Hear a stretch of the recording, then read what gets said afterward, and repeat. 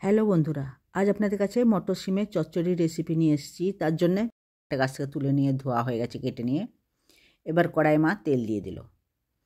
তেলেতে একটু পেঁয়াজ দিয়ে দিল। একটা মাঝারি সাইজের পেঁয়াজের অর্ধেকটা দিয়ে দিল, পাতলা পাতলা করে কুচি করেছে।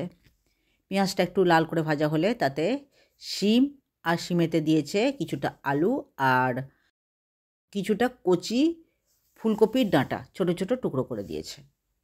এটাতে বেগুন দিতে পারতো, কিন্তু মায়ের অ্যালার্জি, সেই জন্য মা বেগুন দেয়নি, আলু দিয়ে বানাচ্ছে। আপনারাও বেগুন দিয়েও এটা বানাতে পারেন, বেগুন দিয়েও ভালো লাগে। এবার একটু ভেজে নেবে ওই তেলেতেই শিমটাকে, না তো শিমের গন্ধটা যাবে না। একটু তেলেতে ভালো করে শিমটাকে ভেজে নেওয়ার পর এতে মা সামান্যটা, মানে পরিমাণ মতনই নুন দেবে, পরিমাণ থেকে একটু কম দিলেই ভালো। এবারে আবারও কিছুক্ষণ নেড়ে নেবে, উল্টে পাল্টে ভালো করে একটু কষিয়ে নেবে।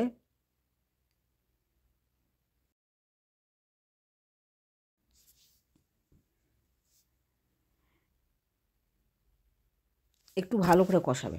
তারপর এতে একটু রসুন বাটা দেবে, হাফ চামচ মতন রসুন বাটা দিল।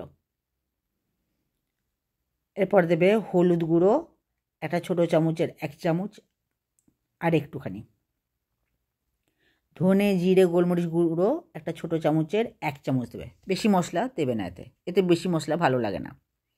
এই সময় আপনারা যেমন ঝাল খাবেন সেরকম লঙ্কা গুঁড়ো এবং কেটে রাখা কিছুটা কাঁচা লঙ্কাও দিয়ে দেবেন, যেমন ঝাল খাবেন সেরকম দিয়ে দেবেন।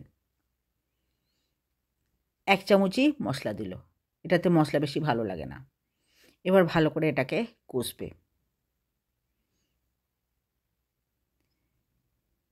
এই কষতে কষতে মা হাফ চামচেরও কম একটুখানি চিনি দিয়ে দিল, এখনই চিনি দিয়ে দিল।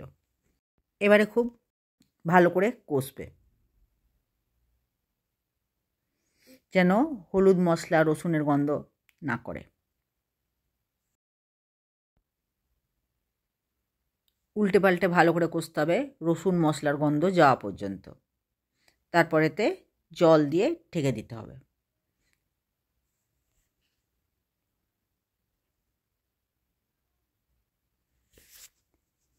এবারে মা এতে জল ঢেলে দেবে, জল দিয়ে ঢেকে দেবে 5 মিনিটের জন্যে। আর এতে 2টো বড় টমেটো আগে থেকে কেটে রাখতে হবে, 2টো বা 3টেও দিতে পারেন, টমেটোতে একটু বেশি লাগে। এখন ঢেকে দেবে, টমেটোটা পরে দেবে, একবার আগেটা শিমটা সেদ্ধ হয়ে যাক। এবারে ঢাকনা দিয়ে ঢেকে 5 মিনিট সেদ্ধ করবে।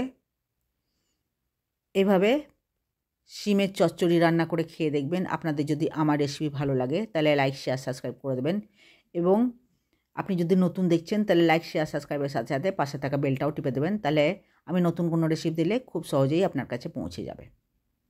এই দেখুন, টমেটোটা রেখেছিল অনেকটা, এবার টমেটোটা দিয়ে দিল। এখনও শিমে কিছুটা জল আছে, আর মা উপর থেকে জল দেবে না। টমেটোটা দিয়ে সমান করে বসিয়ে শিমের মধ্যে বসিয়ে দেবে। তারপরে আবারও 5 মিনিট দিয়ে ঢেকে দেবে। ঢাকার জায়গাটা আমার কাটা হয়ে গেছে, সেই জন্যে 5 মিনিট আরও ঢেকে দেবে। তারপরে মা ভালো করে কষাবে। দেখুন ঢাকা হয়ে গেছিলো, এবারে সেদ্ধ হয়ে গেছে। এবার নেড়ে চেড়ে ভালো করে মিশিয়ে নেবে টমেটোগুলোকে শিমের সাথে। টমেটোগুলো খুব সুন্দর গলে গেছে, দেখুন খুব সহজেই মিশে যাচ্ছে তরকারিতে। এভাবে আপনারা রান্না করে খেয়ে দেবেন, এবং আপনাদের যদি আমার রেসিপি ভালো লাগে তাহলে আপনার বন্ধুদেরও শেয়ার করে দেবেন, এবং কমেন্ট করে নিশ্চয় করে জানাবেন কেমন লাগলো আমার রেসিপি।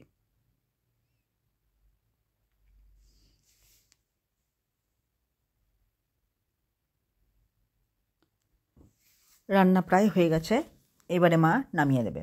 নুন চিনিটা দেখে নিতে হবে ঠিক হয়েছে কিনা, দেখে নিয়ে তারপরে নামিয়ে দিতে হবে।